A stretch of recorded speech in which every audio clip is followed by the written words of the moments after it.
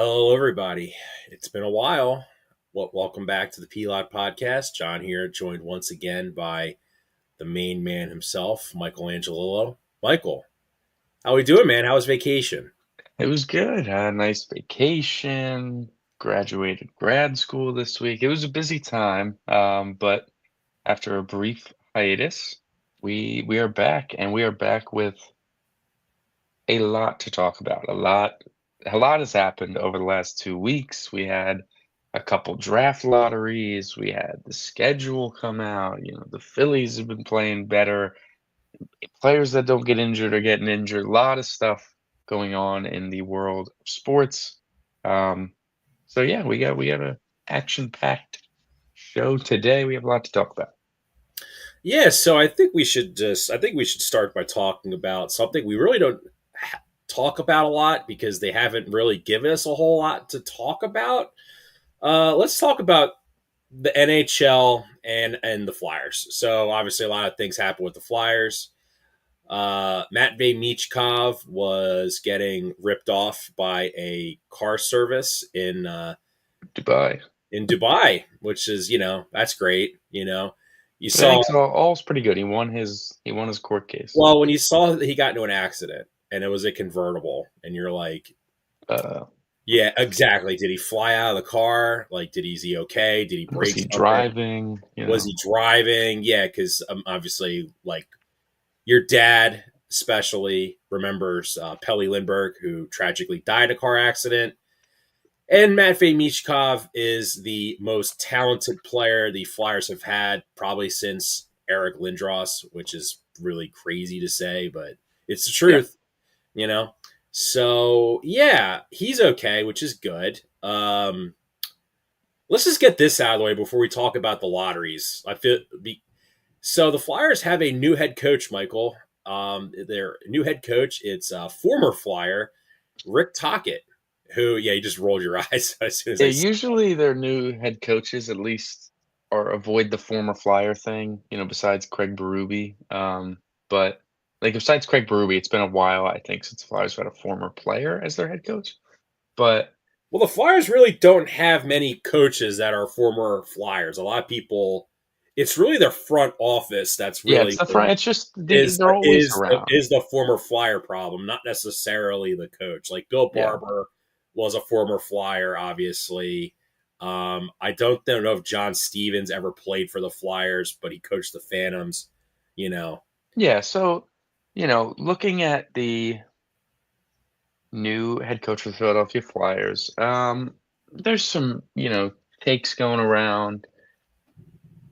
I'll say this, I'm generally not happy with it. I wish they took a swing at a college coach.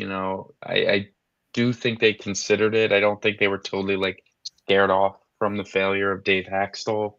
Um, but I think I would have just preferred they went after the Western Michigan head coach that just won the national championship, that also is coaching, um, you know, current Flyers prospects as well. I just think that, getting someone like Rick Tocchet and you look at his pedigree as a head coach in the NHL, and it's just not super inspiring. I don't know. He's been a coach for like 9 seasons. He's only made the he's playoffs. coached a lot of bad teams, which is really weird. That like Sure, but like, keeps getting opportunities. So there must be. Vancouver hasn't been that bad though. Like Well, I they mean, he's should only have. coached Vancouver for two. I mean, it sounds like to me him and Vancouver's problems stem from money because it looked like they let him out. Did they let him out of his contract?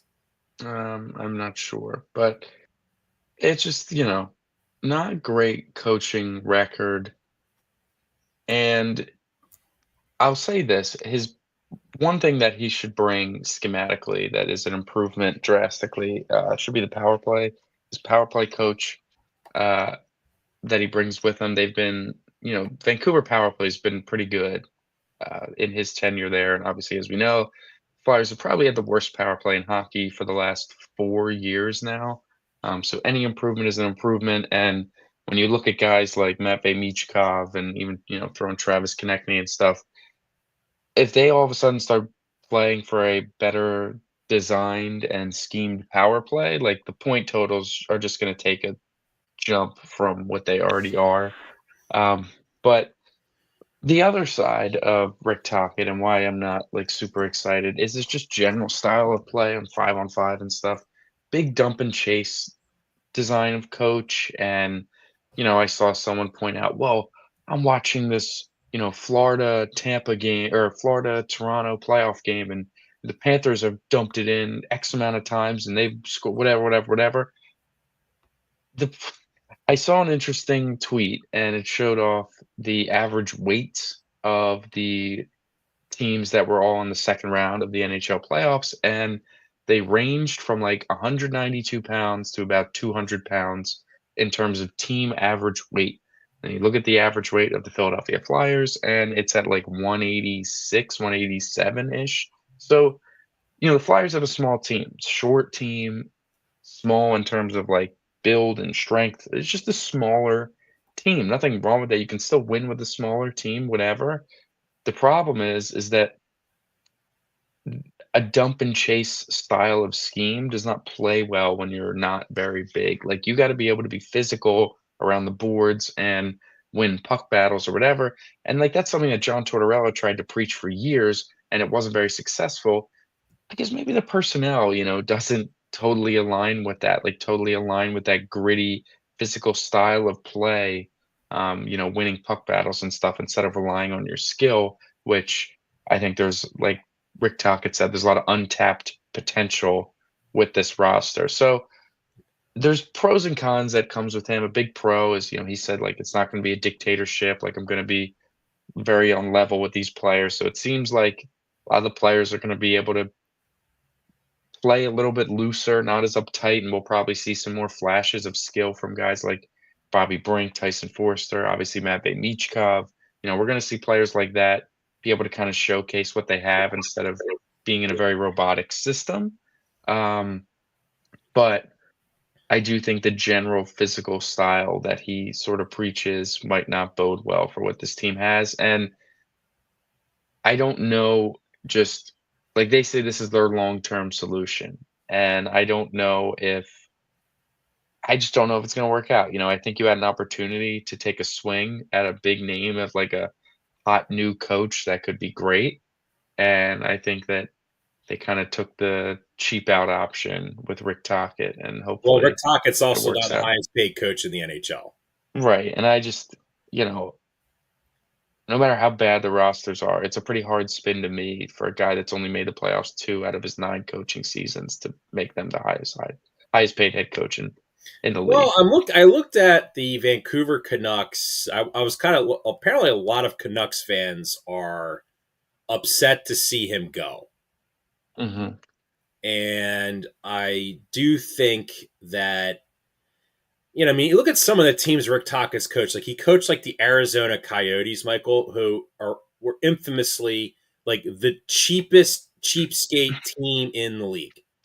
No, I And definitely coached them at their bad valley. and if apparently one of the reasons he left the Canucks is because he's mentioned he was talking about the Flyers practice facilities. The Vancouver Canucks are the only team in the NHL that does not have a dedicated practice facility.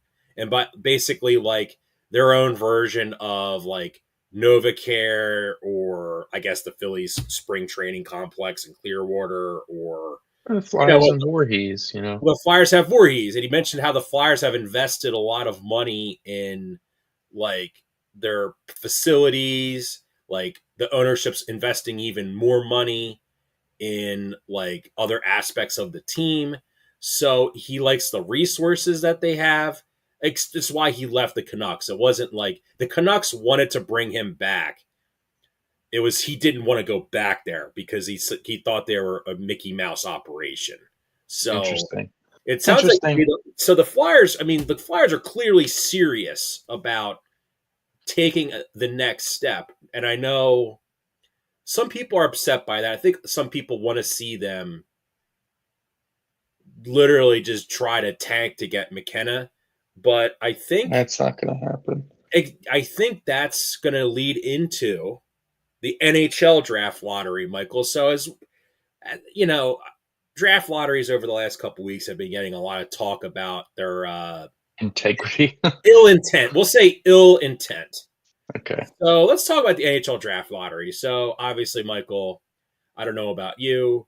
Uh, I wanted the Flyers to at least get a top two pick so they can get Michael Misa, the insanely talented winger slash center, because he would be a great guy to have with Matvey Michkov. Have another freak player. We could have like Flyers could have their own version of Drysdale and McDavid. Obviously, they're good. They're McDavid and Drysdale are probably going to go down as one of the greatest combinations in NHL history. But the Flyers could at least have something like that, right? Sure.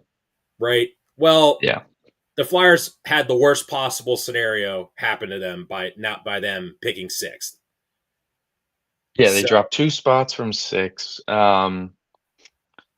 The winner of the lottery, the New York Islanders, jumped 9 spots to 1, and the Utah, now known as the Utah Mammoth, officially official, jumped 10 spots to get to 4, which could almost like, as big of a sham as the Islanders is, this could almost be a bigger sham, um, because, the Utah Mammoth had 89 points, and they're picking 4th overall above all those other teams that had under 80 points even. So, okay, the Flyers dropped to 6, get their worst combination. They were 1 ping pong ball away from 1, and unfortunately landed themselves at 6. And the big question floating around, the integrity of it all with the New York Islanders winning the NHL draft lottery comes because the day of said lottery, a public letter gets released from the New York governor ripping into Gary Bettman, very, very upset about how they took away the All-Star festivities for the 2026 season from the Islanders who are going to host it on Long Island. And not a terrible idea that they're removing the All-Star festivities because they're doing it because of the Winter Olympics. And well, they it's saw the similar. success of the Four Nations. Yeah, well, it's very similar to this year where, the All-Star weekend didn't exist because the Four Nations tournament was going on, and that was great. And the Olympics will be going on next year, so they're going to not have, an All-Star game. The issue is that it seems like they didn't promise necessarily, like, the Islanders getting it the following year or whatever, because the Islanders Long Island's already started preparing for the All-Star weekend, and then this was kinda like a, "Alright, we're doing this." So after that letter goes public and the governor, rips into Gary Bettman, complain, complain, complain, what happens later? Oh, the New York Islanders of Long Island win the NHL draft lottery, and, like, it's just very hard to act like there wasn't some sort of fibbing going on, and, like, I don't know, you see the ping pong balls get picked. I think we'd be a little bit naive. Look, are we insane for thinking it's rigged all the time? Maybe a little bit, but would we also be naive to be like, "Oh, it's impossible. We're seeing the ping pong balls get picked." Like, there's no, I don't know, any sort of system that a Well, tens this of is the millions first of time dollars the NHL organization. draft lottery has been broadcasted, Michael. So the fact that it's the year of our Lord 2025, and then the NHL, it's kind of it's kind of it's like it's ironic, isn't it? The year they decide to broadcast it is when everyone claims it's rigged, so they could show that it's not rigged. Yeah, it feels rigged. It totally feels rigged with that. Like, how are you gonna have that get leaked or whatever, complaining about something, and then you give that team the number 1 overall pick, There's no shy secret that the NHL does teams favors all the time, like, the Penguins have been threatening to relocate multiple times over their history, and their more recent time, what happens? They happen to get the first overall pick the year Sidney Crosby is available, and then the following year, another top pick, and they can draft Evgeny Malkin. And all of a sudden, in the post Lemieux era, post Lemieux Yager Penguins era when everyone was ready for them to move, they all of a sudden get, the best duo of the mid 2000s to the through the 2010s that ends up winning them Oh, and 3 I Stanley Cups. yeah, and I feel like with next year with McKenna's draft, like would they rig that? I mean, For the like, Penguins? Yeah. well, I know. Well, I was gonna say, they don't want him to go to a small market. Like Like, if you it's don't like, think McDavid to the Oilers was also, like, of course eh, it was. okay. So, that's where we're at here, man, like, and Bedard to the Well, Blackhawks. no, Like, I they was weren't letting well, Bedard go to Columbus or Anaheim. I was actually thinking of like McKenna to the Bruins. Unfortunately, Sure, Bruins, Penguins, it doesn't matter. It's just like they, you know, there's certain teams that get the benefit of the doubt, and, like, the Matthews to the Leafs. Flyers. By the way, Austin Matthews scored his first round two goal Yeah, last night to stave off there elimination. there's a list of teams, and the Flyers aren't on it, unfortunately. So, I don't really know what to say. Um, I'm sure the NHL's like, listen, you got Matvey Michkov because he that was a basically gift. fibbed his way to the Flyers, I suppose. That Or was a gift. Not from the so they're league, like, all though. right, this is your piece. Like this is your piece of cake. Shut up, you're not getting seconds. Yeah. Whatever. If that's the NHL's logic, then whatever, fine. But like, it is really stupid. Like, and then I think this is a good this. I think this is a good time to segue into the NBA lottery, Michael. So day of the lottery, we're texting each other. I'm like, bro, we're gonna get screwed. I'm thinking like the NBA truly hates the Sixers. Like, Mhm. if you think the NHL hates the Flyers, it is nowhere near the level of vitriol the NBA has towards the Philadelphia 76ers for all the someone sneezes wrong on the Sixers, the NBA will step in and issue $1 million fine, and yeah, like Yeah. It's you rough, man. how Yeah. the Sixers get the third overall pick. Unfortunately, it's the third overall pick and what looks like to be a two-player draft, Michael. No, yeah. Listen, the fact that they did get 3, we shouldn't be all too upset. Now, granted, once again, the Sixers painfully close to getting 1, and my god, the window would have been broken right back open again if they had gotten 1. However, you got 3, and there's still, there's very good players that are going to be available at 3. There's the opportunity of trading out or trading for a star, trading back at 3. Like, it could have been worse. It could have been a lot worse. The lottery, obviously they could have lost their pick. They could have stayed where they were at, and they actually jumped to 3.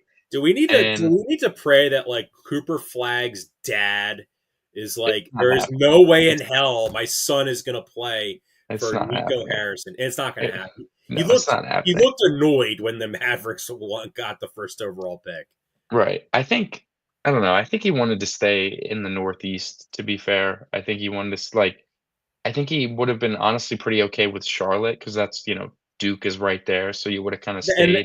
And honestly, Michael, And he's from Maine, like that's the layup. That's like the lay. Oh, pardon the pun, but like it would have if Charlotte would have won the lottery. I think you and I would have been like, well, yeah, they're terrible. Like That would whatever. have been fair. All right, so here's the thing. So the Mavericks win the lottery, and we're on a third star, that the third team or whatever. Chris Paul gets traded from the at the time New Orleans Hornets to the Yes. Los Angeles Clippers, and the Hornets/Pelicans get the first overall pick to draft Anthony Davis. Anthony Davis gets traded to the Lakers in 2019, and the Pelicans win the lottery to draft Zion Williamson. Luka Doncic gets traded to the Lakers, and the Mavericks win the lottery and get Cooper Flag. Now, granted, all this could have been very different had the Mavericks won the play-in. Like, simply could have, they wouldn't have been in the lottery if they won their play-in game, but they didn't, and it just begs a lot of fishy questions. 1% chance for them to jump up that high to get to 1. Um, the teams that got, like, mega screwed. being the teams that are forever the poverty of the NBA and probably will never, ever, ever get out of it, meaning the like Washington Hornets. Wizards mainly. Like the Wizards get screwed the most. The Jazz have had periods of success, but like screwed again. It would have made sense for him to go there. And then the Charlotte Hornets as well, never really gifted much of anything. The Wizards, I think, are the team I feel the worst for in terms of just like they tr they try. Like the NBA, you talk about tanking, whatever. The Wizards have earnestly attempted to be good for essentially my like entire conscious lifetime, from the John Wall, Bradley Beal era and, like, acquiring Paul Pierce after his time, post Celtics Paul Pierce, and he was still, like, a decent player. Like, they tried. They were in the playoffs pretty much every year. They would get bounced in the They're like first the round, but pre-process level Sixers.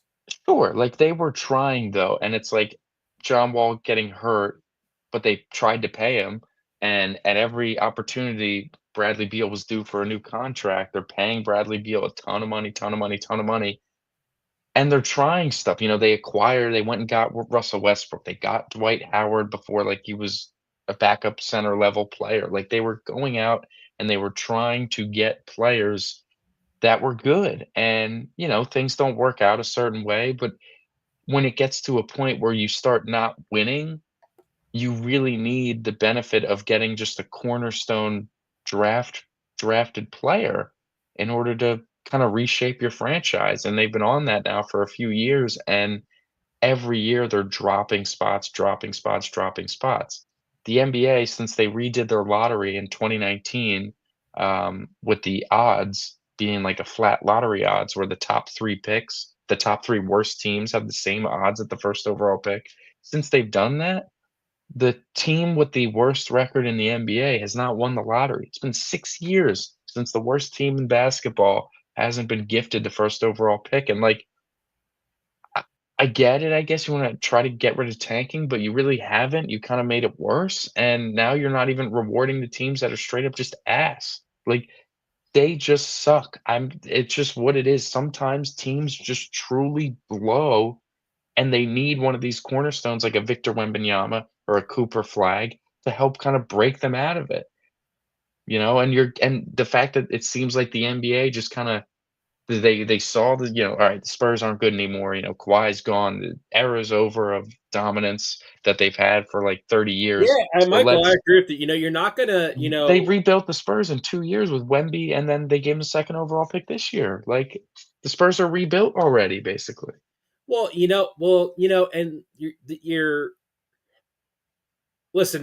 There's always going to be in every sport, fans are going to complain it's rigged in some aspect, right? Sure. NFL, right? Listen, Perfect people are example. complaining about the Sixers. They're like, "Look at me, I'm the Wizards," and then the top 3 teams in the NBA draft are the Mavericks the year they trade away Luka, the Spurs right after they get Wemby and make the De'Aaron Fox trade, now all of a sudden they're gonna be Yeah, really good Wemby with the gets a 3rd blood player. clot, misses most of last season, missed like half of last year. De'Aaron Fox was injured, and then they Yeah, and kind of even and shut it. then They shut and it even the down. Sixers, teams are gonna look at the Sixers and be like, "You know what? The Sixers were bad," but it's like, Jesus, you're gifting them a move up in the draft and keeping their pick, when they have They Joel trotted a Embiid and G Paul League George team and out for the stuff. last 25 games of the season, Michael. Right, like, they were injured, but it's like, if I'm a smaller market team and I'm, like, sick of that, it's like, okay, the Sixers are bad once in the last 8 years, and they're getting the 3rd overall pick. What are we talking about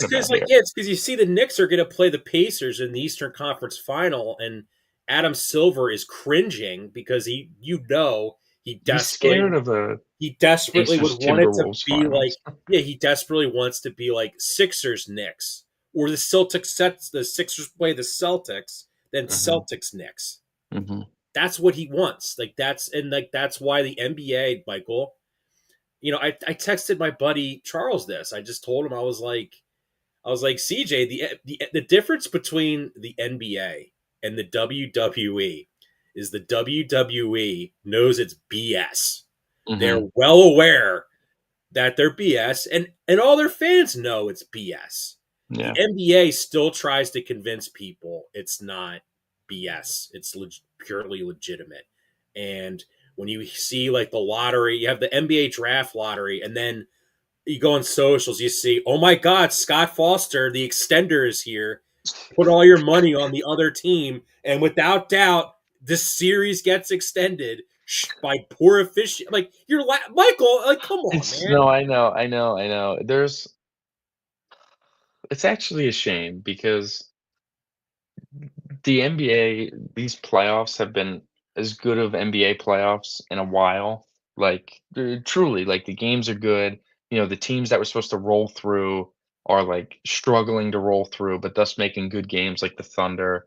The Celtics, even before Tatum got hurt, were struggling as the top team. The one-seeded Cavs were struggling, and it's like the way the Pacers were winning all those games with some ridiculous buzzer beaters, and the Nuggets winning on some ridiculous come from behind victories. Like we were watching entertaining playoff games, and we still are. But I don't know. You don't need to map everything out. You can just kinda let things happen organically. The Indiana Pacers are such an interesting franchise 'cause obviously they've never won a title. They've only been to, what, 2 finals? But in the last, like, 35 years, the only team to make the playoffs more than the Pacers has been the San Antonio Spurs. And the only team the Spurs, I think, are, like, the only team to make more conference final the Pacers might have the most conference finals appearances besides, like, the Celtics in that time frame as Could well. you Like, imagine they're if the all NCAA there. rigged their sport like the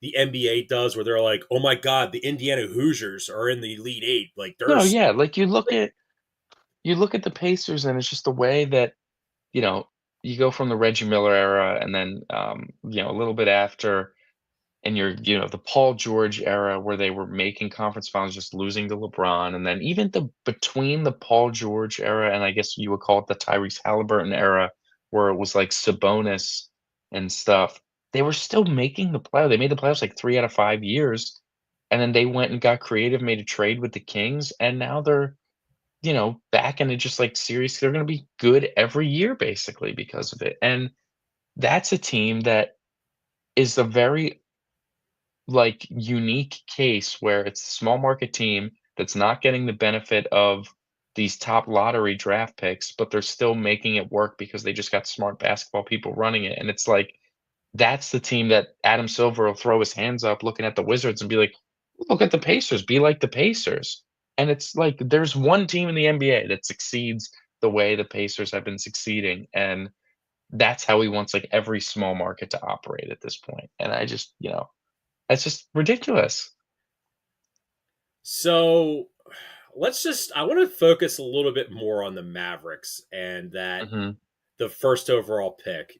I'm going to ask you this question, and please be honest. mhm, Do you think the NBA approached the Mavericks, a team that could potentially move to Las Vegas, and in order to mhm, move to Las Vegas, needs the support of the league office because they have to vote on them moving?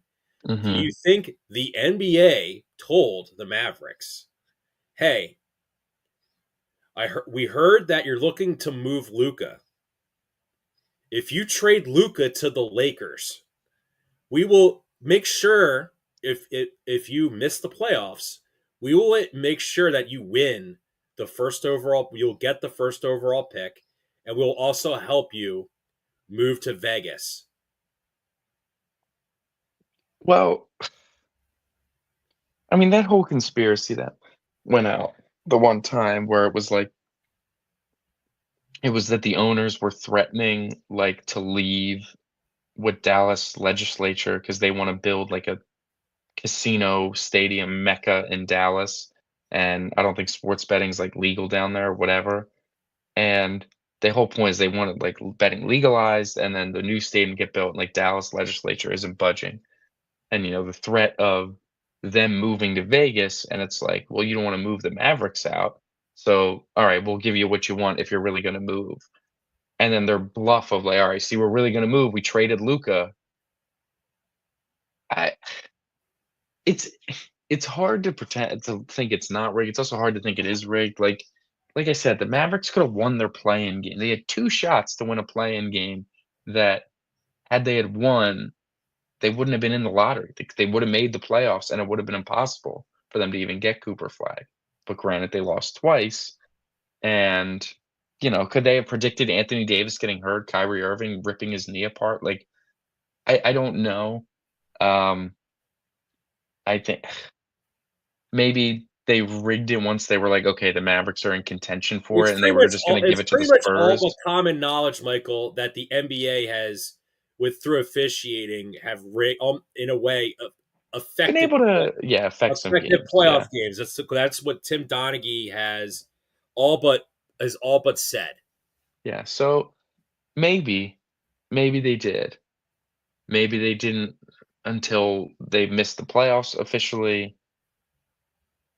It's a very strange coincidence that I almost think it would be better for the NBA to get off this scent with, next time is a big generational let him go to a shitty market. Just let him go to the Wizards. Let him go to the Hornets. Let him go to Utah. Let him go to whatever because it's tough, man. Like if I was a Wizards fan, I truly would be like, what am I even watching for? I watch my team who sucks ass for like 5.5 months, like truly is terrible just to get screwed because the NBA wants to repay their whatever with the Mavericks for Luca and wants to rebuild the Spurs up so then the Spurs become a dominant force again. Wants to give the Sixers another crack at a championship window by giving them a young top 3 pick to pair with Or Embiid, whatever.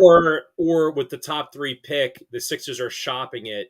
Yeah, They trading for Giannis or something like that. Like, Yeah, like put oh my god, Giannis, and Embiid, Embiid, and Maxi. I don't know what call Philly and Philly basketball's back, all that sort of stuff. or So something like that. Like that's right. Like, I would feel discouraged, and almost so much so in Washington that I'm like, "I'm rooting for another team. I can't do this anymore because why am I investing my time and energy where it's not even like they're not trying, they're just getting screwed." And it's like, I guess we could segue this to football. I think this is a Imagine great segue to football. imagine you're the freaking Titans and you're rolling out Will Levis, who everyone knows stinks, no offensive line, who everyone knows stinks, and it's like, "Okay, we can get Cam Ward here," and you lose the lottery to the Giants or whoever, and all of a sudden you slide to 5, and it's like, "Well, what the f we were just we had 1, we had the worst record." Michael. Let me throw this scenario out for you because of these teams with the lottery and the rigging. Let's say the Steelers this year finish. What if the streak is over? Tomlin gets a losing record, but they're 8-9. Yeah, they're 8 and 9, they finished, like if it was 8 and 9, that'll put you at, like we'll look at even this year's NFL draft. 17th, So, something. what the f um,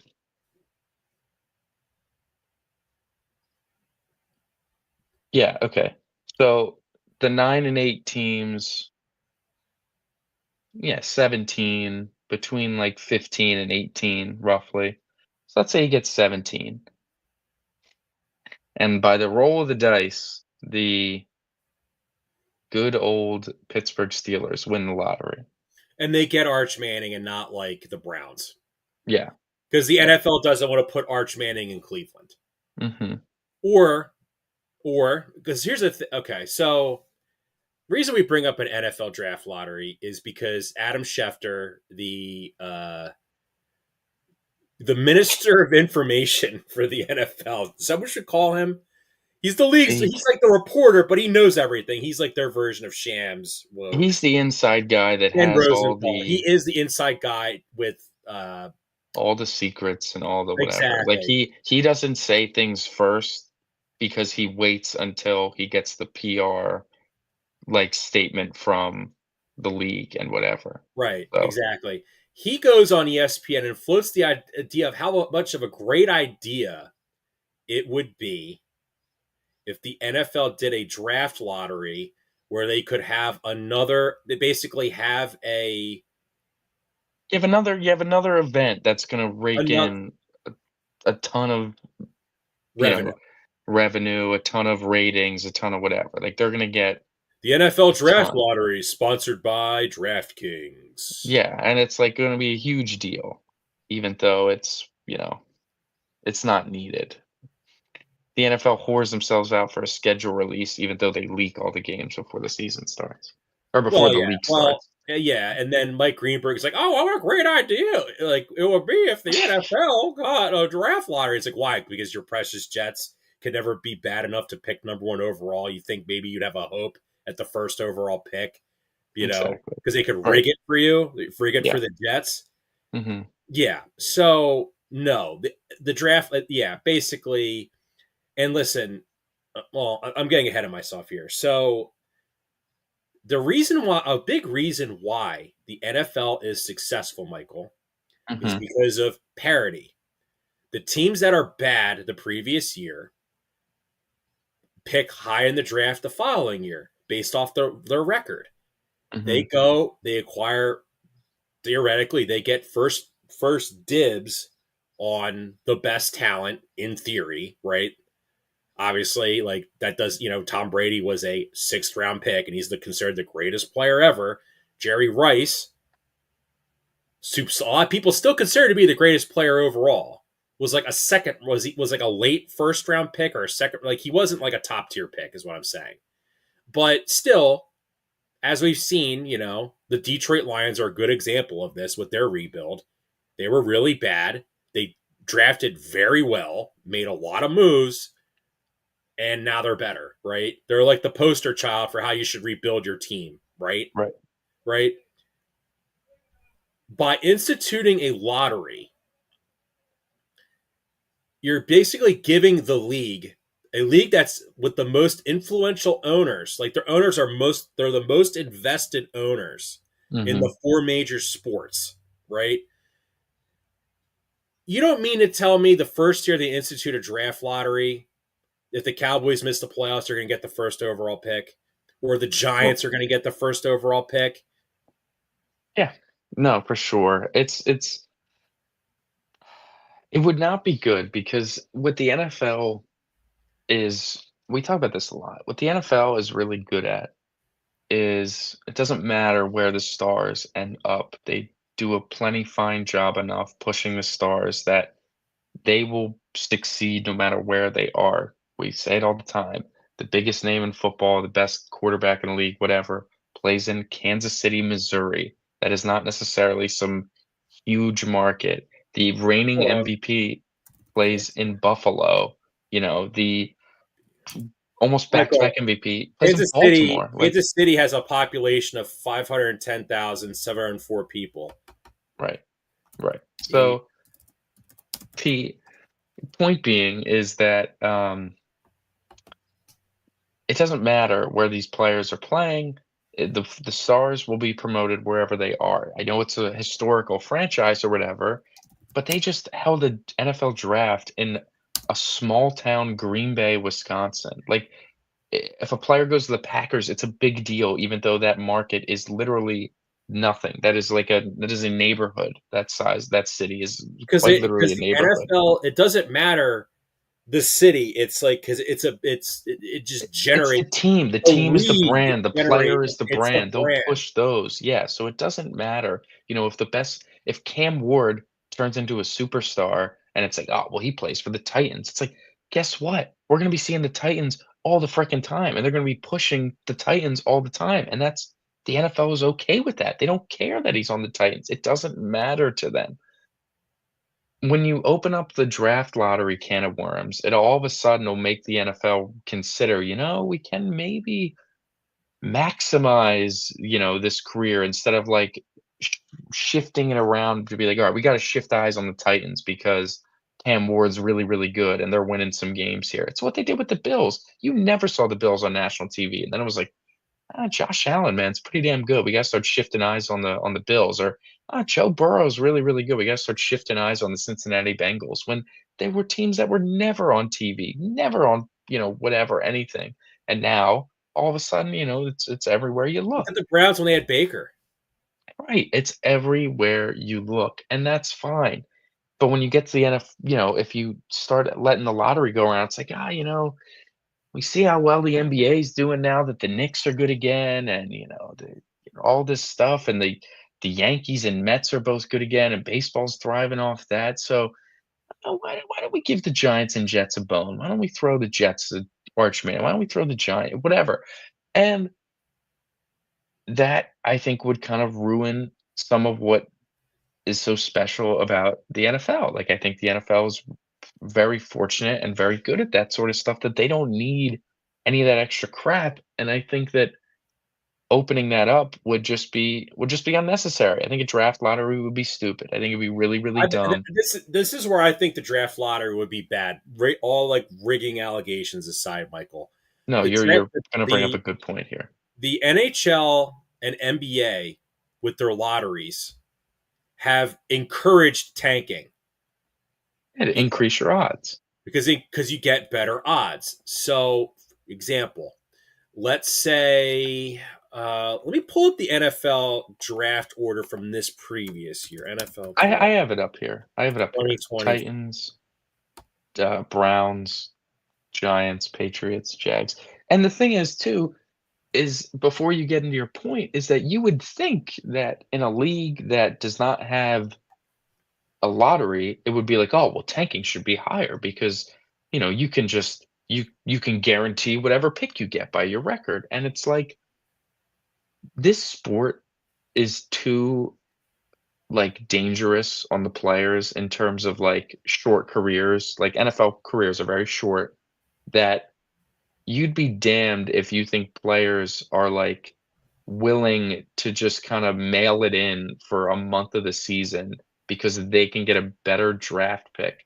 You hear it all the time. Players don't give a shit about the draft pick. They don't care if they're picking 1, if they're picking Yeah, they're 10, if not they're picking players on the 20. team aren't exactly enthralled of the idea of throwing games, hurting their value across the league because you only play 17 games. It's not like the NBA Right. where you play 82 games. So if you played 65, 70 games and then the team just mysteriously sits you for an injury the last 10, it's not going to affect your value overall, right? No, and it's like if you roll in, "Oh, in the month of December, this guy sucked," and it's because, "Oh, I was told to not, to take it easy on getting my 3rd down sacks or whatever, so I was letting them, I was going through the motions on my pass rushes," or, "I was given a little wink, wink, and I got burnt on a go ball for a touchdown," or whatever, "so we could make sure we lose here," and it's like, NFL players aren't going for that. They aren't. It's too dangerous of a sport where it's like, I'm risking, my physical health far more than, other sports to purposefully lose and not give my best effort. Like, it's not doesn't work in the state of football from that side of it. Now go on with Well, your so point. here's the point I was going to give, though. Mhm, I'll give you an example. So look at the NFL draft order. So the Carolina Panthers picked eighth. They took Ted McMillan. mhm, Let's say right after the Eagle game when they almost beat the Eagles, you know, what if the Panthers are like, oh shoot, you know, hey, what if we sat Bryce Young? We'll say he's hurt and we'll tank games so we can get a better shot at more ping pong balls so we can draft Travis Hunter to pair with Bryce Young mhm. and Yeah, hurt and Bryce Young's development at the expense of getting a better player. Now I know you're probably thinking, well, that sounds really stupid. Well, that's what they do in the NBA, well, Michael. it's like you look at the Panthers too. They could have very easily, after losing, like, they went on that stretch of losing 3 straight tough games to playoff teams, 30-27 to the Chiefs, 26-23 to overtime to Tampa, 22-16 to the Eagles. And then they went in their final 4 games against 2 only against 1 playoff team, the Tampa Bay Buccaneers. They got hammered by the Dallas Cowboys, and then they beat the Cardinals 36-30 in overtime, got hammered by Tampa because Tampa was a playoff team, and then they beat the Atlanta Falcons, who were playing for their playoff lives, 44-38 in overtime. You're telling me those 2 extra games weren't potential to, like, be able to tank out of that? You could have easily lost 2 extra overtime games, and all of a sudden, you look at the Carolina Panthers that were 5 and 12, but they won 2 extra games. John, they could have been 3 and 14 picking in the top 4, top 3. I'm not sure the tiebreakers, how it would have shaken out. They could have won the lot. They could have been the worst team in the league. I don't know how the lottery would have shaken out if they had 3 wins. So I guess my point, but here's the thing though too, like But the point overall is though, that they could have tanked if they wanted to, but they didn't because teams don't tank like that in the NFL. now here's the thing though. This is my point to this is that, when you look at the NFL, whenever you have, especially a new coach, Dave Canales was a first year coach with Carolina, Mhm. you really look like an idiot. And you're not going to respect your players if you're going to say, we're going to build a winning culture. We're going to build a winning culture. We're going to win every rep. We're going to dominate. We're going to do really well every practice. You see it with Nick Sirianni, right? Mhm. Accountability. And then you go and throw games. Right, and especially when you're currently trying to make your first overall pick quarterback work out. You're trying to develop him and get him to take a And his step. issue was clearly confidence. Like he Right, was and getting it's like, murdered his rookie year. yes, and everyone is like, "He's a bust, he's a bust, he's a bust, he's a bust." Plays fairly well against the Eagles, like, even though he only put up 16 points, played very well that game, escaped a lot of pressure, and made plays downfield because of it. And then all of a sudden you're like, "Oh, man, alright, that was good enough for me, Bryce. We're gonna, take some extra sacks here, make sure we lose out, and, you'll get yourself Travis Hunter or whatever," and, like, you're telling him to go stink, or you're gonna give him a phantom injury or something and sit him when he coming off his best game of the year against the eventual Super Bowl champions, and it's like, that's asinine. That's insane. NFL teams don't do that, and it just doesn't work that way. It's too, like you said, only 17 games. Each game is too meaningful where you only play once a week to start throwing stuff. And in addition to that, NFL teams that are bad are just straight up bad, dude. You look at the top draft picks or the worst records in the league. The Tennessee Titans, no quarterback, no offensive line. The New York Giants, no quarterback, no offensive line. The Cleveland Browns, no quarterback, no offensive line. The Las Vegas Raiders, no quarterback, no offensive line. New England Patriots, no offensive line. Jacksonville Jaguars, banged up quarterback, a disaster coaching, season and a bad defense. New Orleans Saints, injuries up the like the teams that are at the bottom are terrible. You look at the teams that are picking at the top of the NBA draft though, and what do you see? Traded away superstar player, lost 2 games of the play-in, could have made the playoffs, had one thing have gone their way, and they get first overall. You look at the Utah Mammoth, they get 4th overall in the NHL draft, and it's like, was 3 points out of a playoff spot, 4th overall pick. And it's just, Well, that'd be Utah Mammoth asinine. team that has been that Phoenix Coyotes / Utah Mammoth organization Right. has been always been, Putrid. is it owned by the league? No, I think they have an owner. I don't know Because actually, there's but always because there was always before the league expanded, there was always talks about contracting them, yeah. Well, shrinking the league, not expanding it, shrinking it. yeah. Well, totally new franchise. So, point being is that if you introduce the draft lottery in the NFL, it just opens up a door for more bad, like pretty much only bad things. There's almost nothing good that comes of it because if an NFL team is bad, it's because they're bad. And it's like, yes, there are definitely some cheap ownership in the NFL. But for the most part, if an NFL team is bad, it's because of bad, like, development staff, bad drafting, and bad coaching. Like, they're Cheap, trying. cheap You can't sit ownership. here, but even then, it's like the Cleveland Browns suck. Why do they suck? They gave the largest contract in NFL history guaranteed to the creep coming off an injury. It's like, that's not a cheap move. That wasn't a budget move for them. That was 3 years of draft capital and, like, all the money in the world to this guy who barely plays now, tore his Achilles twice in, like, a 6-month span. Like, that is they're trying, they're just stupid, and that's what it is. Like, it's not like the Pittsburgh Pirates in baseball where they straight up are not spending money because the owner doesn't care enough to spend money. The owner doesn't want to spend his money, Dude, so there's the already Pirates there's pay. already talks about should the Pirates trade Paul Skeens now because they if would you're get not gonna one sign him. right. Yeah, and it's like maybe you luck into a bunch of young prospects in a pool and you're like the Nationals and you're good. Like, Basically, if the Yankees were like, here, take like six of our best prospects, take like everyone not named Jason Dominguez, sure, basically. whatever, and it's, that's just how it goes. Actually, Or they the probably should trade Dodgers. Jason Dominguez because he can't Yeah, feel the lick anyway. yeah, So or they should trade him with anyway. the you trade with the Dodgers and their inflated prospect rankings, but that's a different conspiracy for a That's different another day. discussion for That's another day. another Well, conspiracy theory last thing for though, another look, day. we'll wrap up the NFL lottery, then we'll talk about the Eagles and the schedule that was released this Wednesday because we have to talk about this topic. Is the reason why I think I texted you this when this story broke is Caleb Williams. Caleb Yeah. Williams and his father, well, mainly his father, not exactly happy about being drafted by the Chicago Bears. So the psyop introduced by Adam Schefter of how great a lottery would be, and then they gave the example of you know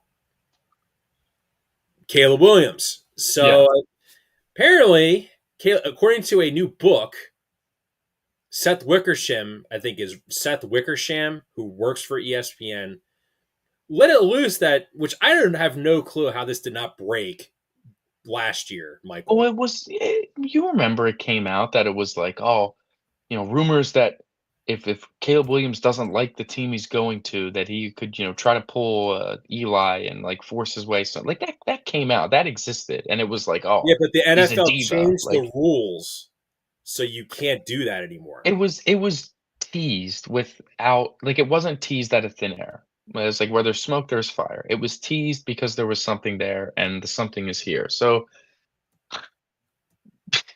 Caleb Williams' dad, Carl, uh, was very unsure about sending his son getting drafted by the Chicago Bears. Um, quoted saying, "Chicago is the place where quarterbacks go to die," Which is um, true. which is true. Listen, I will say this: nothing that neither Caleb nor his father said was incorrect. They were 1,000% correct in everything they said. So, Right. you He's know, exactly right. This is basically like what you saw was if John Elway would have played for the Baltimore Colts. yeah. So If Eli played for the Chargers, I think it would have worked out it would have been. because they already It would have had been fine. Like the it would have been Chargers, fine. because River, yeah, it would have been fine. So It would have been fine. the thing is that, Caleb was not super excited. He's like, I don't know if I can do like I can deal with Waldron, talking about their offensive coordinator Shane Waldron and Eberflus, whatever. So there were huge questions about the coaching staff. There were huge questions about the way they develop quarterbacks. And we talked about it at length before that season, before that draft started, that it's like, what are the Bears doing not firing Matt Eberflus and, and starting over with Caleb Williams, because this will be the third time now that they have a lame duck head coach the year they draft a new quarterback. You had John Fox the year you drafted Mitchell Trubisky just to fire him the next season. Then you had Matt Nagy, and he was there for the year they drafted Justin Fields just to fire him after his rookie season. And there you go. You have Matt Eberflus there for the you draft Caleb Williams for his rookie year, and what do? They fire him after the rookie season. Just stupid, stupid, stupid, making the same mistake 3 times in a row, not thinking it means anything.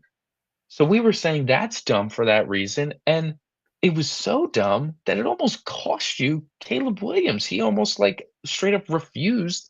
That he was It was so bad that they were looking at the option to avoid the NFL and go into the UFL for 1 season and then become a full unrestricted free agent back in the NFL. They were And exploring you that know, if he became possibility. an unrestricted free agent in the NFL, he would have gotten way more money, No, right? he would've totally gotten more money. I don't know how much you would pay a rookie quarterback who's never played, but he would've got a Well, if pretty I was the New York Giants, I would give him like 40 mil a year. You already well, that gave would've been Daniel a Jones that, right. right? So So so point is, it would've been a bidding war for Caleb Williams amongst some of the slop in the NFL, and, you know, that would've been extremely unprecedented. Granted, Ryan Poles was like, "We're drafting you no matter what," and look, it looks like it's gonna work out. maybe you could have sold, "Listen, we're gonna wait because Ben Johnson will be available soon," whatever. Oh, I It mean, like, worked out I as mean, of Rome now. Odunze, Luther Burden, probably need to upgrade running back, but they definitely went out and upgraded their offensive line. And Ben, listen, Michael, I know you don't like Ben Johnson. Don't, but it's not I because know I you don't think don't he's like Ben good. Johnson, but you can't deny It's not that. because I don't think he's good. Well, you can't deny that in terms of offensive coordinators we've seen with hype, he might be the most we've ever seen.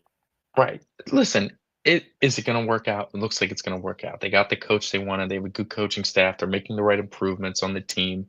Some contracts are still dumb, like the Swift contract, but it looks like the situation Caleb Williams has found himself in for the second year of his career is pretty good.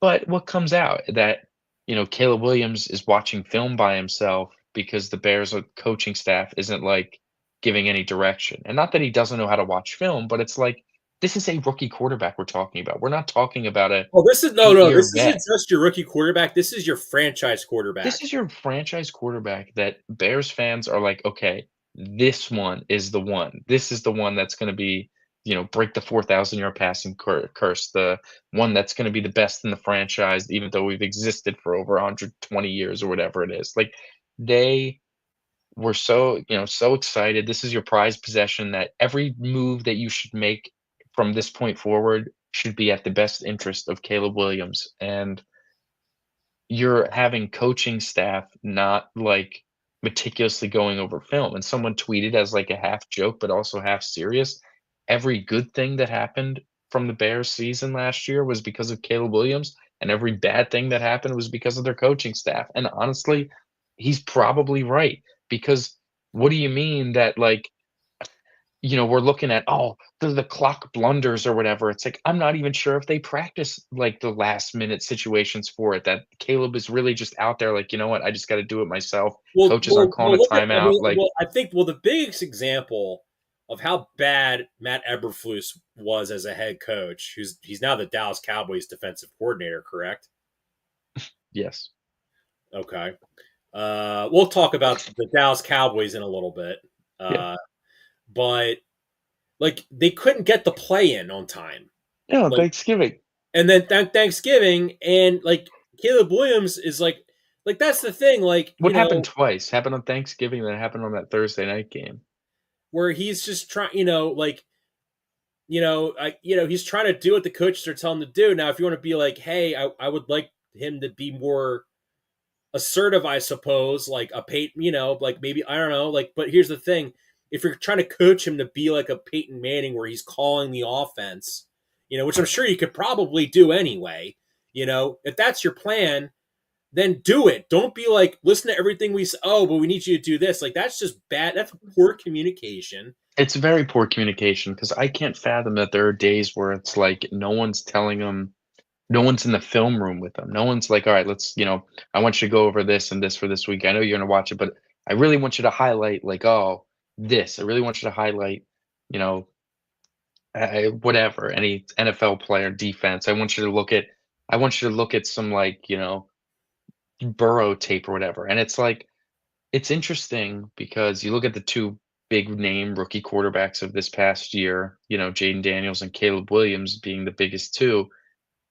You look at how the Commanders did everything in their power to make Jaden Daniels' job as easy as possible with all the screen passes and all the underneath quick routes and, making the job just easier where it's like you got to make your quick throws on the screens, trust your legs on scrambling abilities, and we know you have an elite deep ball, use it.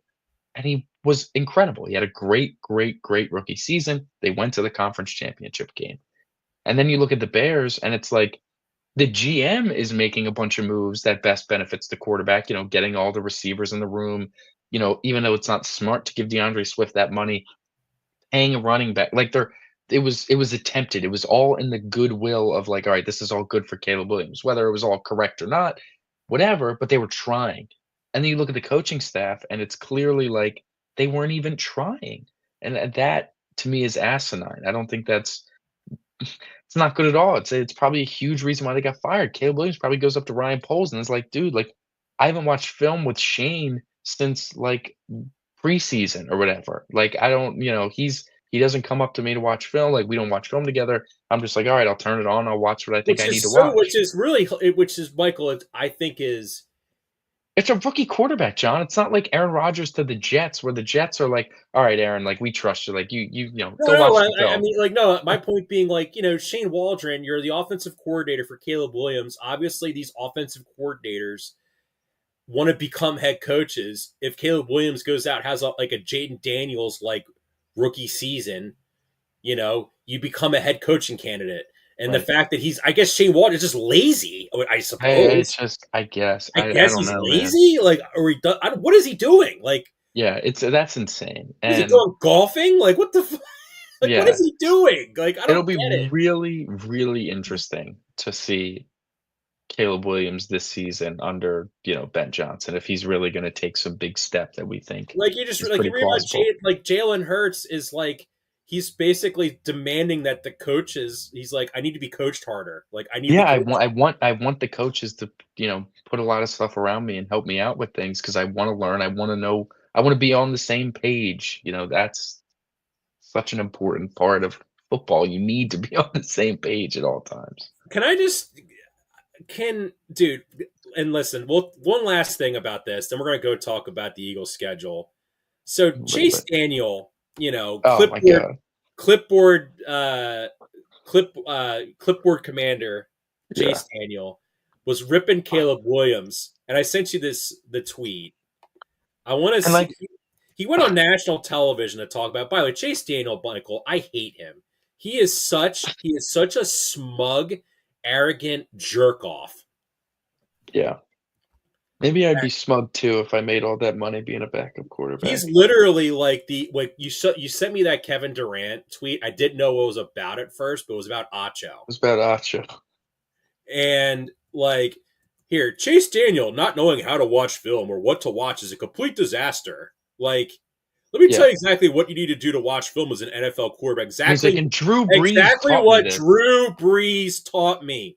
Drew Brees taught me. What was so what was so insane from that tweet is that I'm reading it and I'm like, does this guy not know how to read? Because where in the article did it say Caleb Williams has no idea how to watch film? It didn't say that shit at all. All it said was the coaches wouldn't watch film with him, and he Oh, was like, I guess I'll just turn I'm it gonna on tweet back myself. at him. You know what? I'm gonna tweet back at him. Here, I'm gonna quote tweet him. It's like, I'm gonna We're, tweet back. we're, we're he's For a rage baiting us. guy who held a clipboard for his entire NFL career, you clearly didn't read the article. Caleb Williams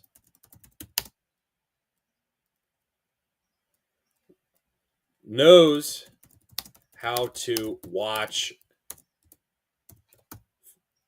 film. He lacked guidance. He didn't fetch Drew Brees's Drew Brees's water bottle Yeah. like you Like did. Like it's you just did.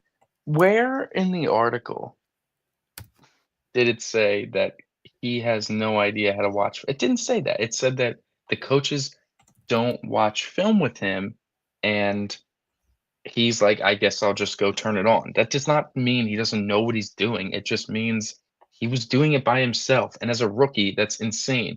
You learned how to watch film from Drew Brees? I mean, not for nothing.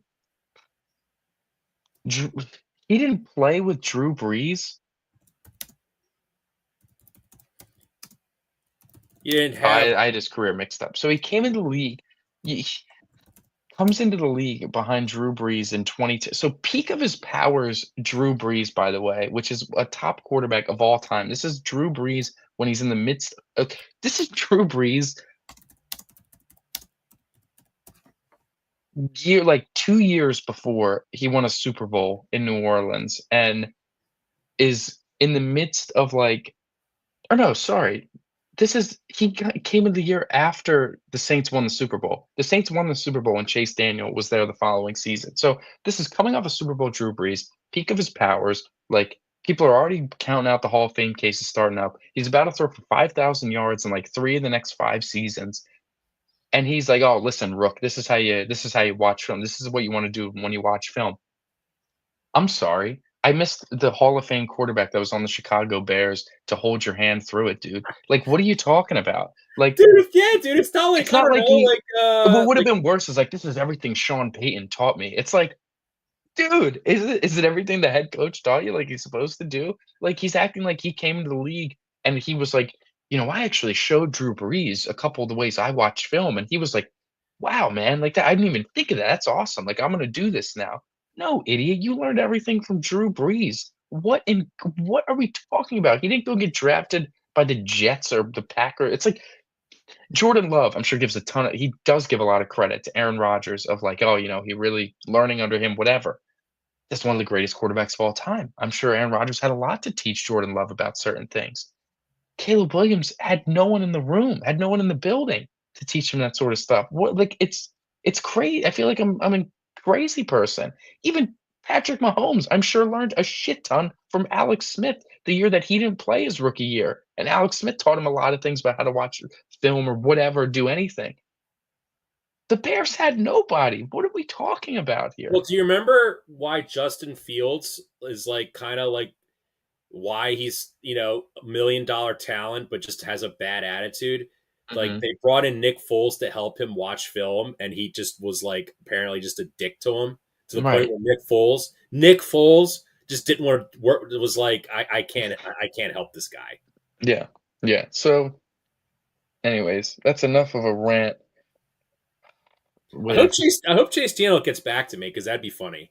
ugh, I had he Ryan Leaf probably won't. argue with me before, That so was absurd. But yeah. Anyways, okay. So the schedules are out.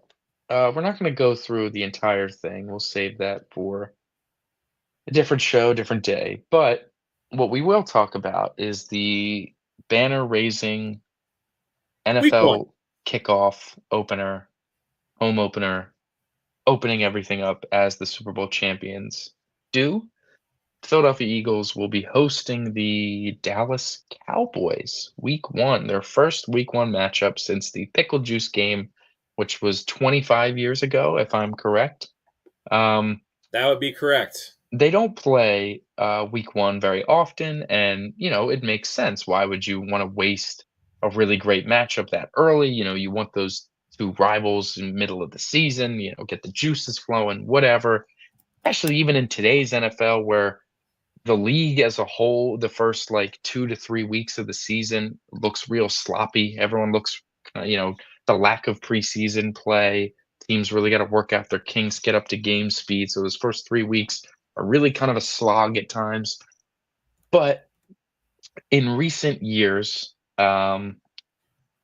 even the NFL admitted this, and I'm sure we can agree with this. The recent years, the juice of the Eagles Cowboys rivalry has been on the lower end of the spectrum. And a lot of it's got to do with injuries. Jalen and Dak have not faced off against each other very much since Jalen's become the starter. Um, even back in 2020, when Jalen took over for Wentz, Dak was already injured, didn't play. Um, it just they don't match up very often. They don't have the even in 2021, right? They only played once against each other. The second Yeah, there's game, because Eagles there's benched really the if you look starters. at it, Michael, if you look at the NFL, there's really not a lot of like in division really good quarterback matchups, and clearly the NFL would love to exploit this one because the NFC East has three good AFC, yeah, quarterbacks. the AFC North and like the AFC West, I would say, have pretty good ones. But Right, but I think Bur- the Burrow, NFL Burrow wants. I think Lamar's the the big NFL one. wants every division to have this when they have the At division least one, games. yeah, yeah, at least one. And you know, between a mix of them playing the last week of the season a bunch of years where one of the teams is usually better than the other or locked into whatever and they're benching starters or Dak's been injured a lot the last handful of years. Even on Christmas Eve, Jalen was injured a few years ago when the Eagles went to the Super Bowl and lost.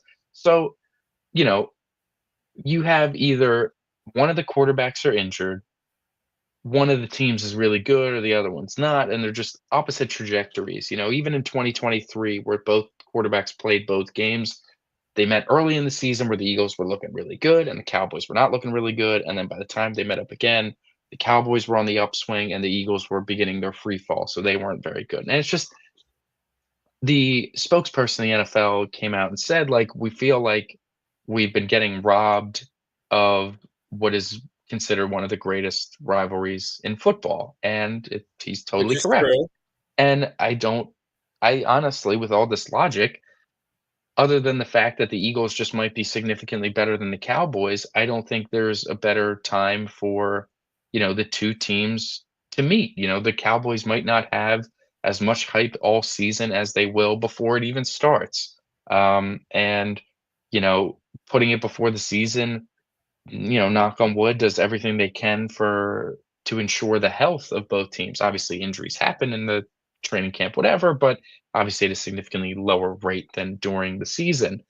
So, what the NFL is hoping and praying for is that both teams are healthy and both quarterbacks are healthy, and they get a good game out of it. Granted, the Eagles could blow them out, whatever, but it's a good setup, and it's a good setup for narratives as well. The Cowboys go out and upset the Eagles on banner raising night and spoil the Super Bowl party and all that sort of stuff. They'll have a lot to talk about for a while. Be like, "Oh, the Cowboys, look at the Lions a few years ago when they beat the Chiefs and then they ended up getting the 1 seed, and, the Cowboys, this could be a huge win for them to, push them into back into the division contention. Are the Cowboys Super Bowl contenders now that they knocked off the Super Bowl You can see it, you can hear it, you can visualize it all already. And then if they lose, if it's close, you can still have those same sort of conversations. And then even if they get blown out, you can talk about the Cowboys a ton where it's like, oh, they're just not in the class of the Eagles. They need whatever. Was it a mistake to pay to and you can talk the narratives are there to be had, and you could talk about it like the Eagles are on poised for the repeat, all that sort of stuff. So I think it was a good choice by the NFL. At first, I was not a fan of it because I think in my mind I gave it such a 0% chance of happening, and all the talk we heard about it was like, oh, you have the NFC Championship rematch with the Commanders, you have the rematch of the Rams game sitting right in front of your eyes, and then the uh, Lions, the what if NFC Championship game and the 2 top teams in the NFC, and then the Bears seem like they started growing momentum where it's like, "Oh, there's the up and coming team. The Bears might not have as much hype as they do before the season," and all the Ben Johnson talk, and, look at the Lions a few years ago when they played the Chiefs again. The Bears, they could they struggled a lot, but they got the new coaching regime, and they could, if they knock off the Eagles, they'll be poised to win 13 games and win the NFC North. All the conversation, all the chatter, all everything.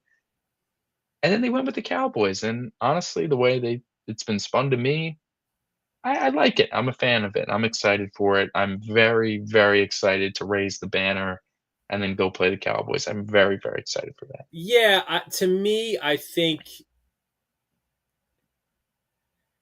especially when you look at the Friday night game, which is Chargers Chiefs. I think the NFL would like to exploit the divisional matchups earlier in the year.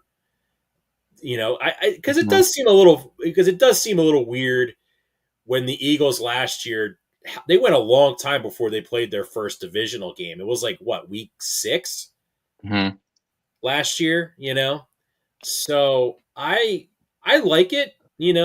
It's sort of like in baseball. Like the first month of the year, you play you play the Braves, you play the Mets, mhm, you play the Nats, Marlins, you play all your division teams very early on.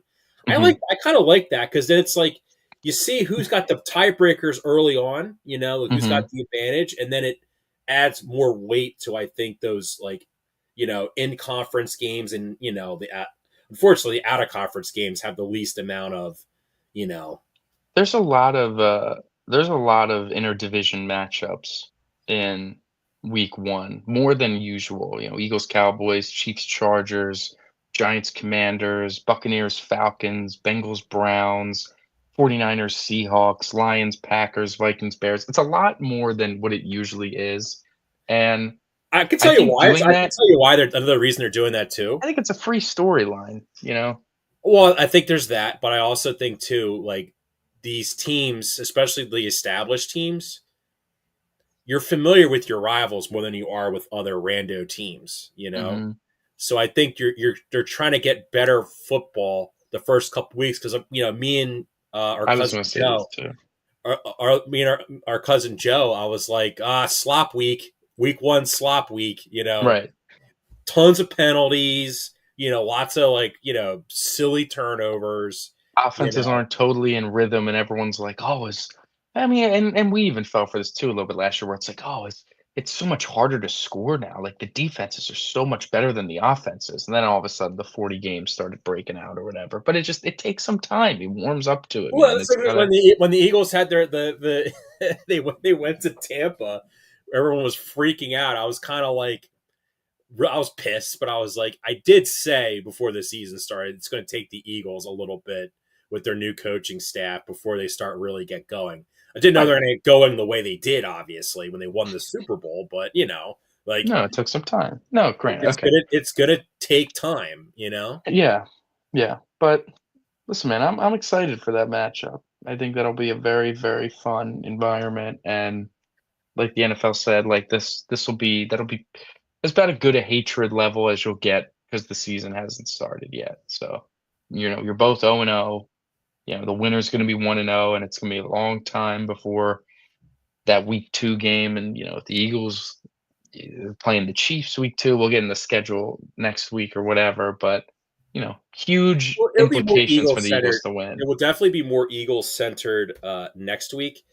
Yeah, So we got one more team that we got to talk a lot about. yeah, it's the Philadelphia Phillies. So last time we talked about the Phillies, we were severely venting about a lot of things.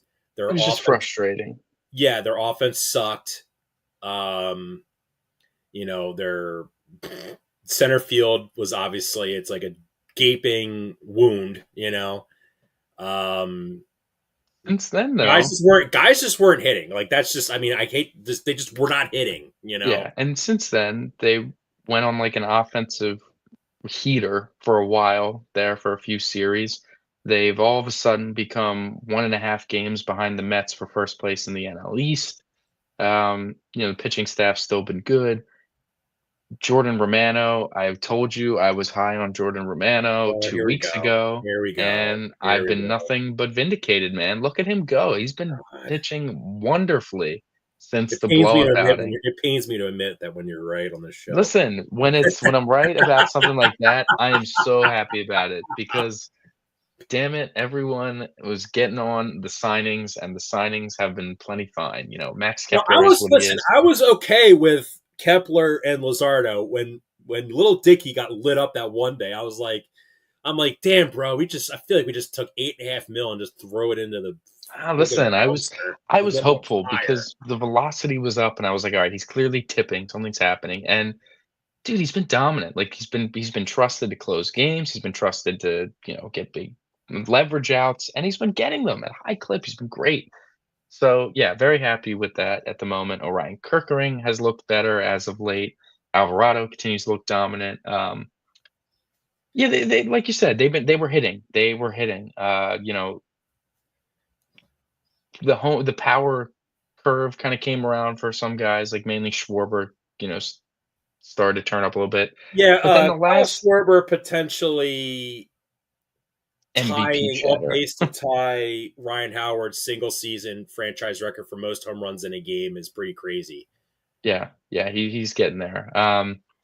But over the last couple weeks, the bats have turned around, and certain players have turned around their bats. Alec Boehm being one where it's not even like early last year where he was still stroking a lot of doubles. He's mostly singles, but again, it's what he is. He's hitting though, and he's getting some bigger hits and bigger spots. He's walking a little bit more, which is all good.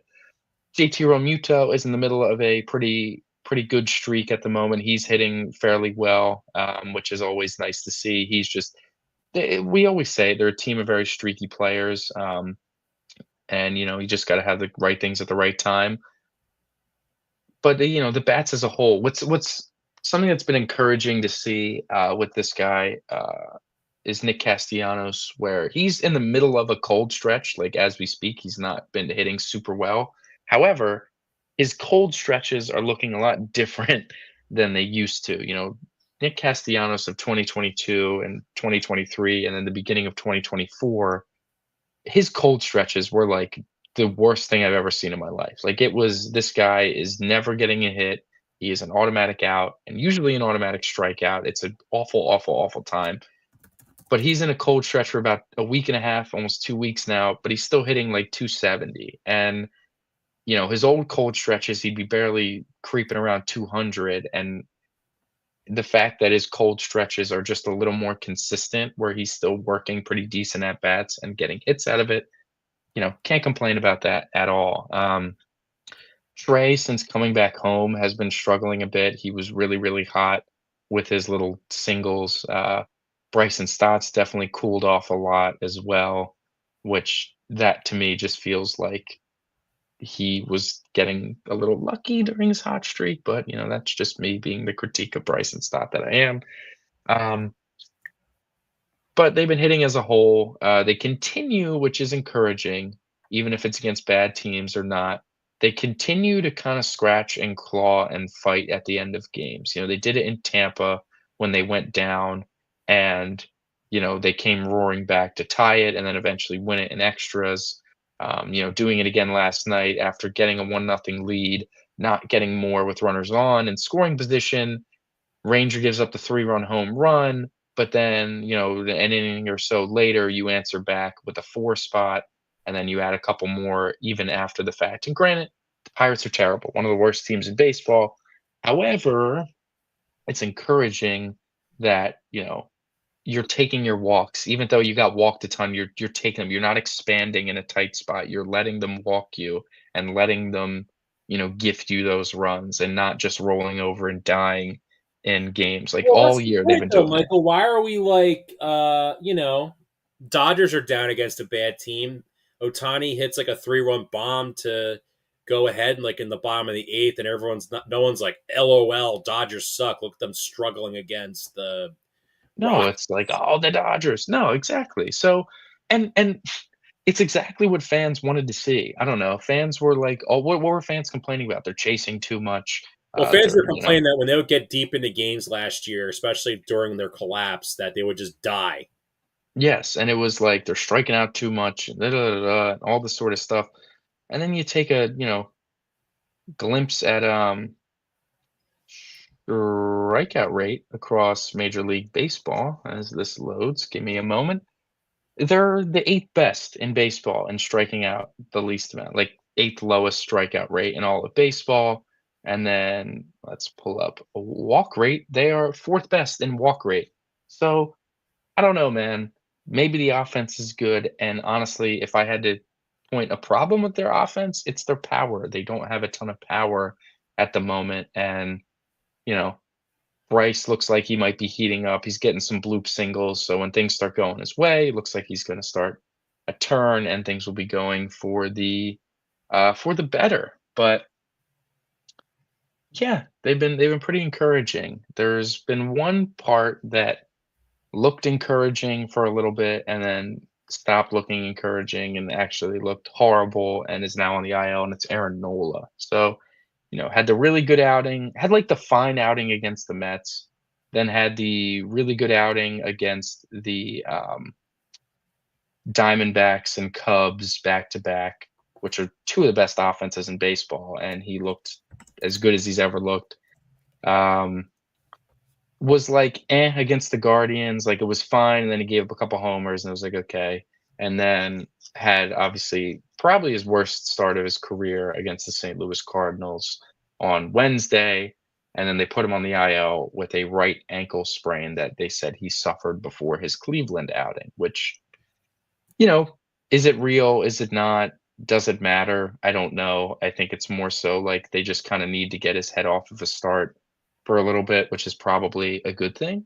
Um, because he's a very meaningful part to this team and they committed a lot of money and a large contract to him. So when I look at Aaron and I look at what's happening, I see what's very glaring to me is that his stuff's just not as good as it used to be. His fastball isn't as hard, his curveball doesn't have as much bite to it, and it's like that happens. That happens as you get older. That happens when your arm gets a lot more innings on it, and Aaron Nola's arm has some of the most innings on it in all of baseball, as a guy that, he Yeah, hasn't but been on the IL I since don't think 2017. I think Aaron Nola's issue. I think there's something more to this ankle injury than the Phillies would like to let on. Like, and I think part of it could mean I don't know. Larry Anderson said when I was driving home during one of the Nola starts, he brought up a good point. He's like Aaron Nola barely pitched in spring training, and he's like I'm surprised. He's like I'm really surprised because he's like normally you want to get him some more work just so he doesn't get in the season and start getting slapped or smacked around. Yeah, like get him warm. But if he's battling an ankle injury, you're not going to pitch him a lot. You're going to sit him and get him a light work and then hope he gets better. So Yeah, so maybe. it's entirely possible he might need to get maybe some not like surgery like to repair like torn ligaments, like a cleanup. Like you just said, he's a lot of work, pitched a lot of innings. Never heard of him ever getting surgery before. He's But never gotten hurt. Like he you know, makes every start. So obviously, knock on wood, but obviously guys like, Luzardo, Wheeler, Ranger, I think too, right, had to get surgery at some point, right? they've just all had Injuries. And injuries. they came back Sanchez. stronger. So like I think even Taiwan Walker, like didn't he get surgery after last year? That's why he was also really bad. I mean, he had something, and it's like he refound his velocity, and he's been largely like pretty good for what they've been asking him to do. So I the think thing so. with I'm going to yeah, say this about Aaron Nola. Like everyone's hating on him.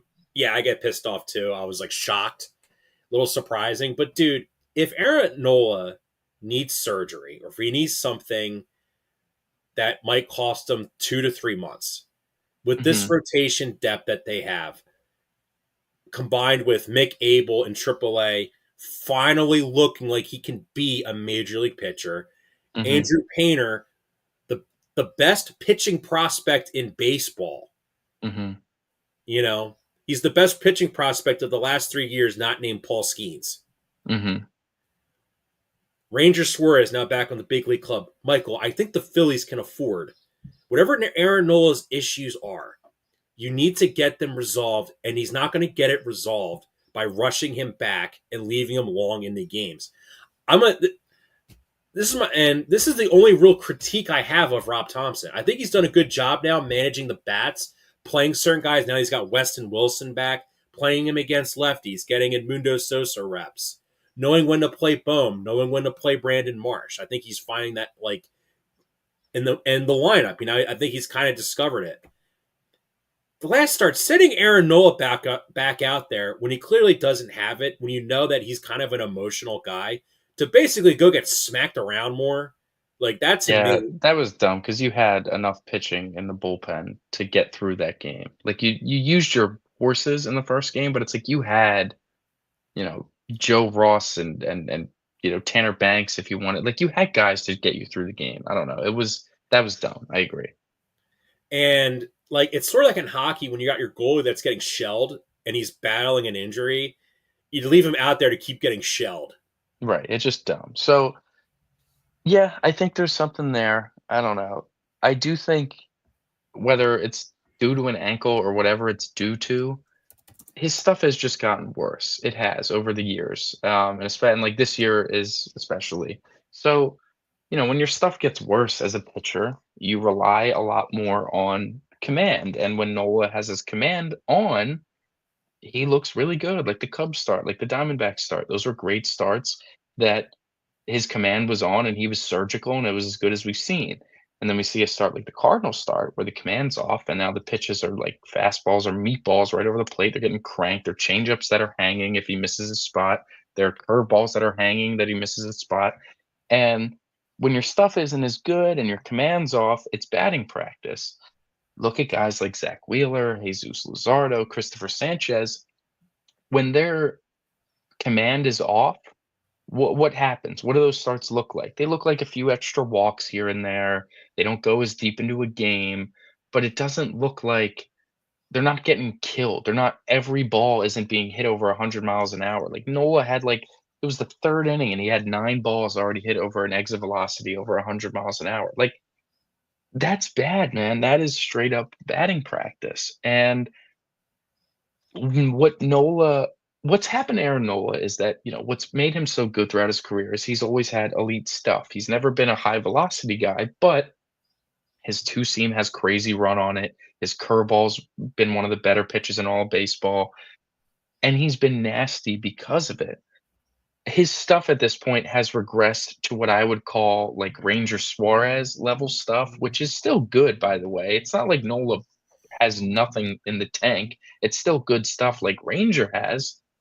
But the difference is Ranger Suarez has always had stuff that isn't like amazing. Ranger has always been a guy that his Yeah, I would fastball is say what like he is, Aaron his Nola sinker right is what now he is kind is. of taking the career trajectory of Adam Wainwright. Sure. So when his stuff has fallen off, but you look at Ranger, Ranger learned how to pitch with stuff that's not so great. Ranger knows how to deal with that. So that's why his command is really good. And that's where he knows what good zones to locate certain pitches at because he knows that he can't afford to just throw his fastball over the heart of the plate like Wheeler can, where Wheeler's hitting 96, 97, and Ranger and Nola are barely topping out at 93. Ranger missed the spot with his fastball and it got crushed. But what does that look like? Aaron Nola missed the spot with his fastball, it gets crushed. It's the same thing. Nola needs to learn how to pitch with worse stuff. That's gonna take some time. Like you said, if they can afford to kinda have him on the shelf for, like, 2 months and he can kinda learn how to pitch with worse stuff, that'd be great. If not, I think you kinda emphasize maybe, you know, you just you just gotta have a feel for Nola. You can tell when he's gonna be on, you can tell when he's gonna be off, and you gotta have a feel for that, and you gotta have the quick trigger when you can tell it's off, and when you know it's on, you give him that longer leash, and, that's an off-season thing where it's like, "Okay, Aaron, we know you can't hit your fastball as high. We know your curveball is not as good. We need to reteach you how to pitch with stuff that's not so good." It's literally what they did with Taijuan Walker. They looked at Taijuan, they're like, "Okay, your stuff's not as good as it was when you were in Seattle and Arizona and even with the Mets. So you're going to need to learn how to pitch with stuff that's not so good." He got a little more explosion, the velocity peaked back up, and he figured out how to do it. And he's been a pretty serviceable arm for the Phillies, both as a starter and as a reliever. So So, it's just I going to want to take bring some up. I time want to with bring up him. another. I want to since if we're like venting about the Philly or venting, but pointing out some issues. Like we know, like some issues. I have a couple things to bring up, and we could bring up some positive things, and we'll wrap up the show. Backup catcher. So obviously, like JT, Oh, his oh god, oh I don't know, man. well, let's not talk about backup catcher. I want to admit that you're right. No, Okay, we want to talk about backup catcher because it matters. It does matter. Definitely matters. because the Phillies have. I mean, I think they're going to re-sign JT. Basically, I think for whatever contract they give him is going to I determine. fear, dude, it's gonna be pretty big. Well, Like, it's going to determine to wherever how long Eduardo they think Eduardo Tait's going to come do up you and know what Yadier Molina signed for when he was the age that JT Realmuto is going to be? no. Yadier Molina signed in it was 2017. Uh, yeah, 2018. Signed a 3-year, $60 million extension at age 35.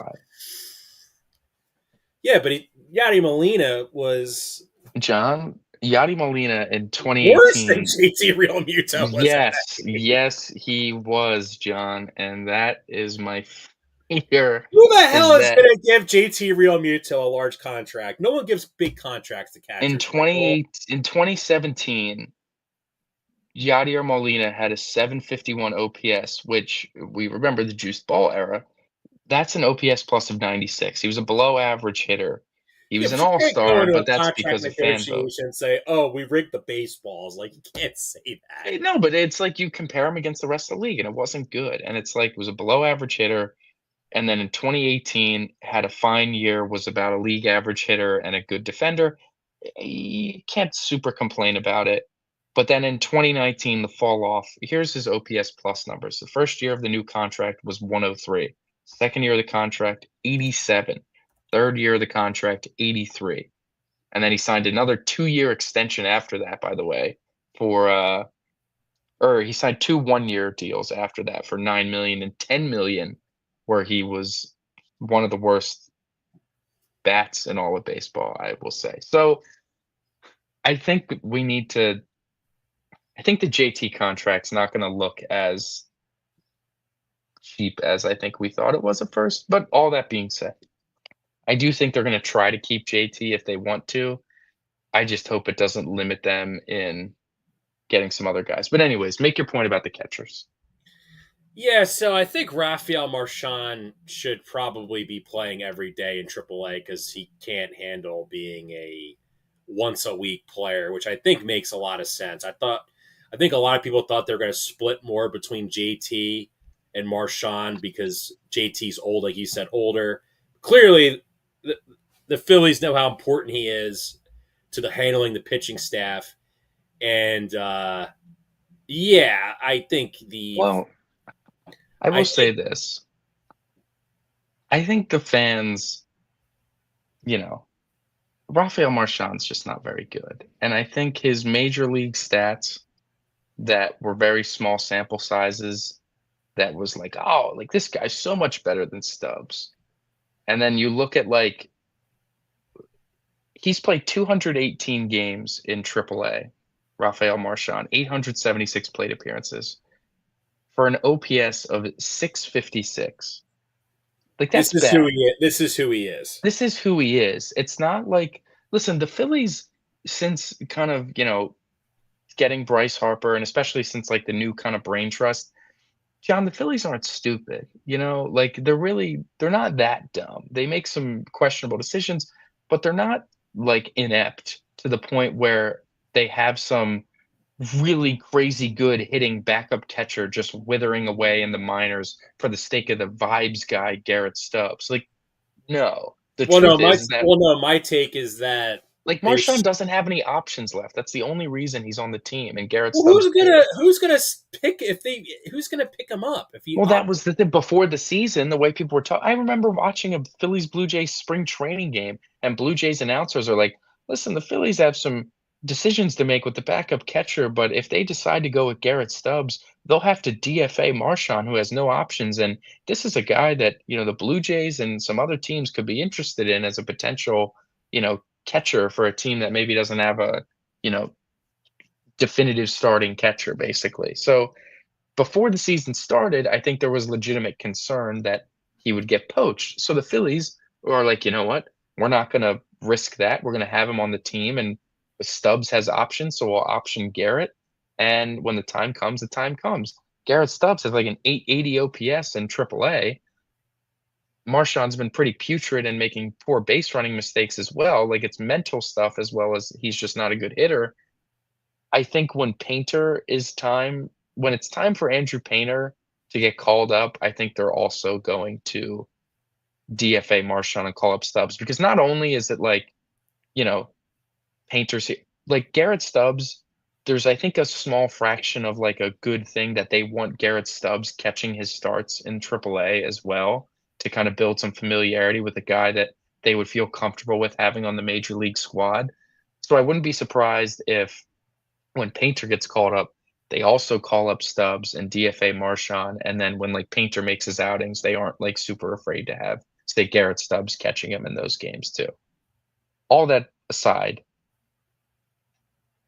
the backup catcher, I think everyone was so pissy at Garrett Stubbs and like essentially bullied the People were Phillies. pissy at Garrett Stubbs because of his little quote he had Sure, in the 2023 NLCS. sure. Where it's like it would be like on the Eagles if Avante Maddox was like, "I can't wait to celebrate the Super Bowl against Yes. the And Chiefs." yes, exactly. That's the. And listen, like I'm sure Garrett Stubbs has walked back his comments. I would imagine it was just like, you know, It was just frat guy Goofy Garrett saying, "Oh, we're gonna beeline for that pool, man." Like it wasn't anything other than like and first of all, he was asked about the pool. It was like, have you guys thought about a pool celebration if you win? And he's like, oh, we're headed for that pool, baby. Like that's just, I don't know. That's what he is. He's a party dude that lives in Arizona. Like, what do you expect him to say? I get it. I get it. But I think everyone had a little misconception about how good Rafael Marchand was and was expecting him to be like, oh, if they don't want to re-sign JT, well, we'll just have Marchand be the starting catcher for the next 2 years. Guys, what are we talking about? Like, Listen, I would have liked maybe a guy who used to be a starting catcher, maybe be the backup catcher that's at least decent at calling a game. That's not Martin Maldonado. yes, Like yes, I don't think yes, that's a ridiculous request. yes, I'm not asking for much, Michael. Like yeah, just not Maldonado. That's could start yeah, games. Like I don't know yeah. what else to say, bro. I mean, I'm pulling up Eduardo Tait's stats. Right, he's like 18 years He's old he's in he's Clearwater. risen in the top 100 prospects to like 60 something, I think. He's 18 years old. Like he's gonna be like I'm hoping he's gonna be like their. I don't want to say the guy's name. You're gonna be really sad if I say this guy's name, but he was a really ranked high prospect, Michael Adley Rushman. Oh, no, Hadley blows, I John. know, You I know it. know he blows. I'm just saying, come on, like, wouldn't you be like, oh my god, who was the like what Jorge Alfaro? Like, he's better than Jorge Alfaro. Of course he is. No, Eduardo Tait is like this guy. It's to the point where it's like his bat might get good enough, but he's too young to just be an MLB catcher. We talked about this on the show. You brought this up that it's like there's a reason there's no 20-year-old catchers in baseball because their bodies just can't handle it. Like that's why You got to they be get like, called up you have late. to be like, yeah, that's why Joe Mauer like moved to first base because of all the Yeah, injuries. right. And With it's his like, bat. got to balance that. Anyways, so yeah, the backup catcher has been a bit of an annoyance. It was frustrating because it was a day that he actually had 2 hits, but he made what should have been 2 really stupid base running mistakes. He only got burned for one because his helmet fell off when he got tug out. So it actually wasn't his body. It was just a loose helmet. So thank God. Um,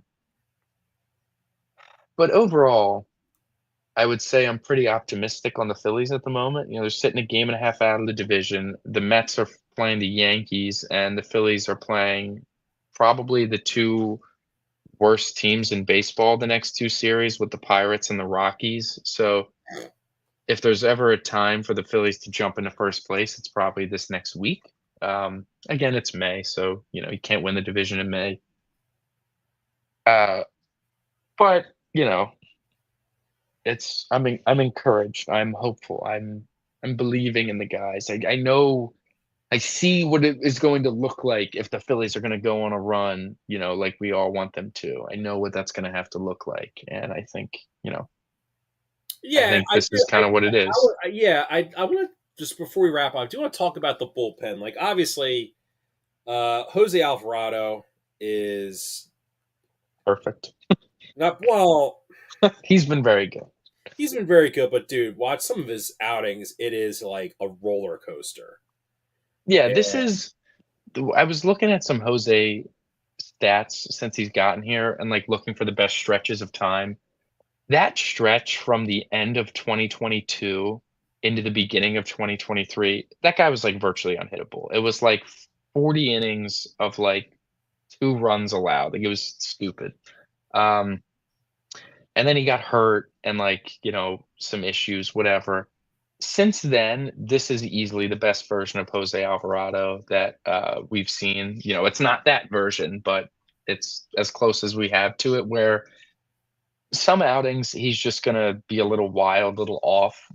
But what's encouraging is that he's, knock on wood, he's limiting kind of the meltdowns. Like sometimes Jose, it happened a lot towards the end of 2023, where it was like he can't find the strike zone.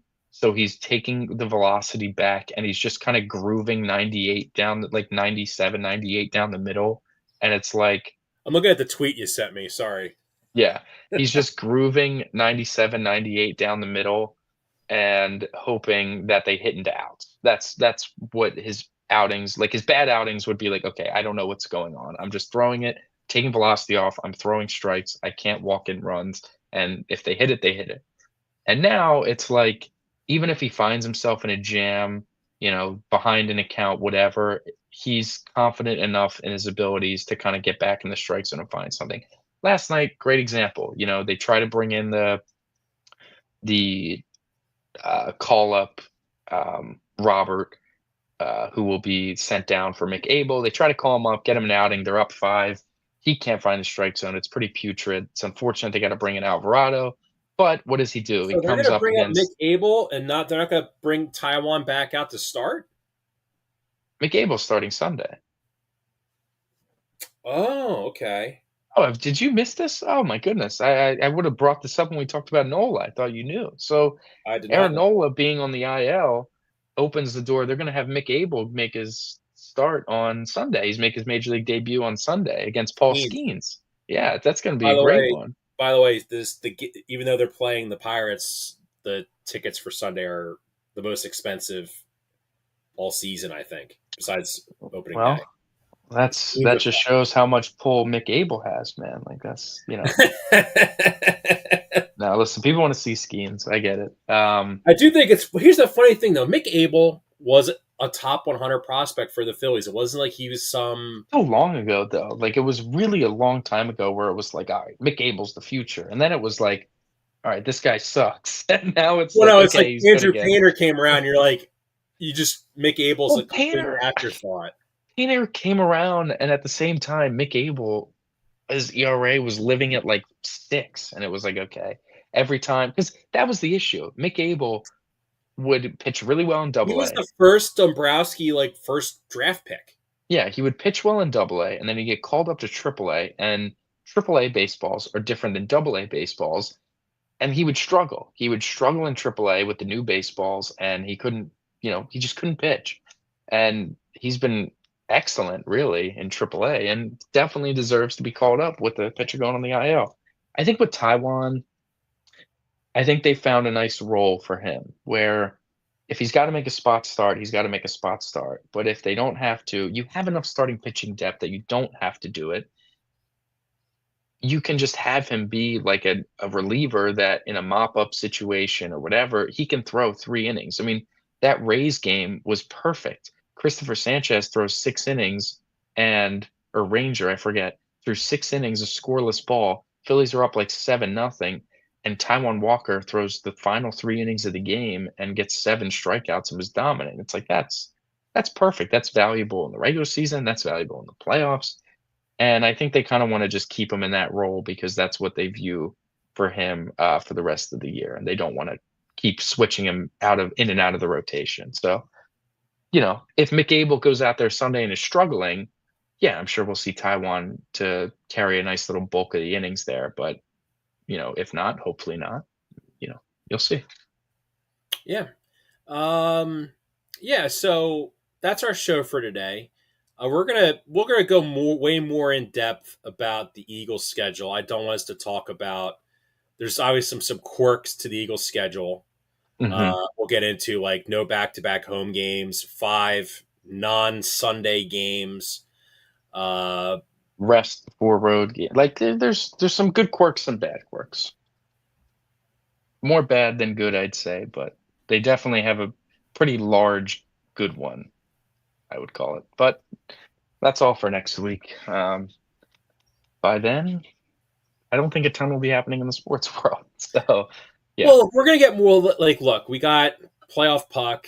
So, like, playoff hockey right now, it's really good. After Austin Matthews finally got his first second round goal, Game yeah, 7, Panthers Leafs, huge game. Sunday. Um, yeah, like, You have Game 7 of the West semis is tonight, right? well, I will Or is pull it that up, sir. tomorrow? I will pull that up, sir. Game 6 of Stars Jets is Stars tonight, Jets. and Hallebuck then on the road. He allows like 9,000 goals on the yeah. road. Oh, Game 7 is tomorrow in Nuggets Thunder. Tomorrow, 3:30, Game 7, and then Game 1's Tuesday. Yeah, so we're gonna get maybe a good idea of potentially what the NBA and NHL Finals are looking like, yeah. finals would look like, and then More yeah, like we'll get baseball. from we got more baseball, and then we kind of it hits the just It's the the summertime, just it's baseball period, and then yeah, we man, love it. we'll discuss it. Oh, I think what I'm excited is as well when we hit the summer for football talk, Michael. I think it would be the time we start doing our annual tier lists. oh, the tier lists coming back around. All right. But that is for a later date. As for a later date, guys. So anyway, thank you So for again for tuning into the show. Enjoy the rest of your weekend. It's a little muggy out, but the sun is making an sun appearance is today. out. The sun is out. So everybody take care, enjoy the rest of your day, and have a great weekend. We are part of the Fired Up Sports Network of shows. Please check out other Fired Up Sports Network podcasts like the P-Lot Water Cooler Talk, Bell Smashers, Philly Sports Love and Pain, Drunk on Broad, Beer Battered Sports, and the Fired Up Sports Show, which are available on all major podcasting hosting sites and social media. Also, check out Mark Ramos' Round-up on firedupsports.com, which breaks down the happenings going on with all your favorite local teams.